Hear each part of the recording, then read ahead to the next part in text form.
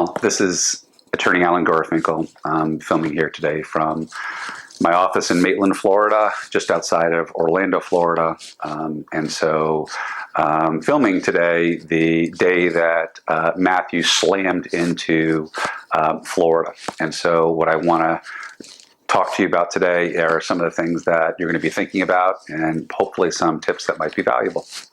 So I've been doing this type of law for over 25 years, helping folks recover from natural disasters and dealing with hurricanes and so forth. And so one of the things that I would recommend is if you do suffer damage, the first thing you ought to do is properly call up your own insurance company. Don't be afraid about calling your insurance company. Most people are terrified about calling their insurance company. Why? Because we've been trained over the years that if we make a claim, we'll be dropped or our rates will go up.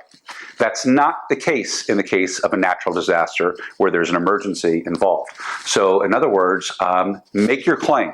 If the insurance company is going to raise your rates as a result of making a claim, they can't do that. They have to raise everybody's rates. If they are going to drop you as a result of too many claims, they can't drop you. They can't discriminate you for making a claim. They have to drop everybody in a certain region. So the fact is that many of your neighbors will be making claims. Many of your neighbors will not be making claims and seeking recovery. And the same treatment will be afforded both regarding if they were insured by the same insurance company.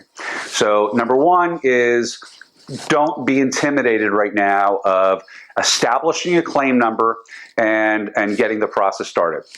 And when you get the process started, understand that the insurance companies, and there are good adjusters that work for insurance companies, and there are bad adjusters that work for insurance companies.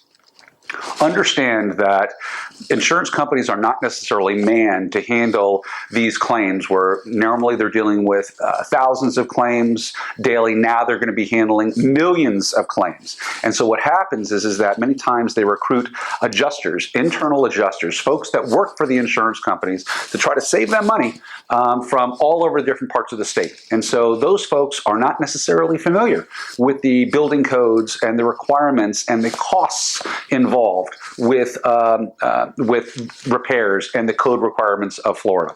So I will just tell you that please just know this, that once you get an offer from the insurance company, understand that that's their opinion, and you're certainly entitled to multiple other opinions. So for example, if you're a board or a management company, the opinion that I'd want to get is you go to 2 or 3 of your trusted vendors and say, how much would this cost to fix?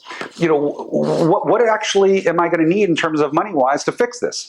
Now, what will happen is the insurance company will likely say that some or all or part of the damage is not their responsibility. Notwithstanding, do one thing at a time. And the first thing you ought to do is call your insurance company and get a claim number and start the process.